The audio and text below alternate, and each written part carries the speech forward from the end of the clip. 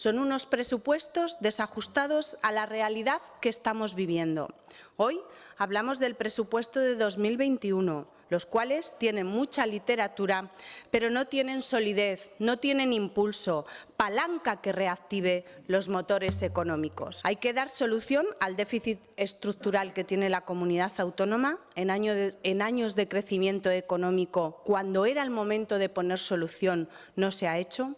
Si este déficit estructural que hoy tiene nuestra comunidad se hubiera corregido, Aragón tendría ese margen presupuestario necesario para apoyar a esos sectores que se les ha obligado a congelar su actividad, pero sus gastos han seguido generándose. Les tendimos la mano con la estrategia aragonesa y ustedes aprueban 2 enmiendas al presupuesto de las 256 presentadas por mi grupo parlamentario.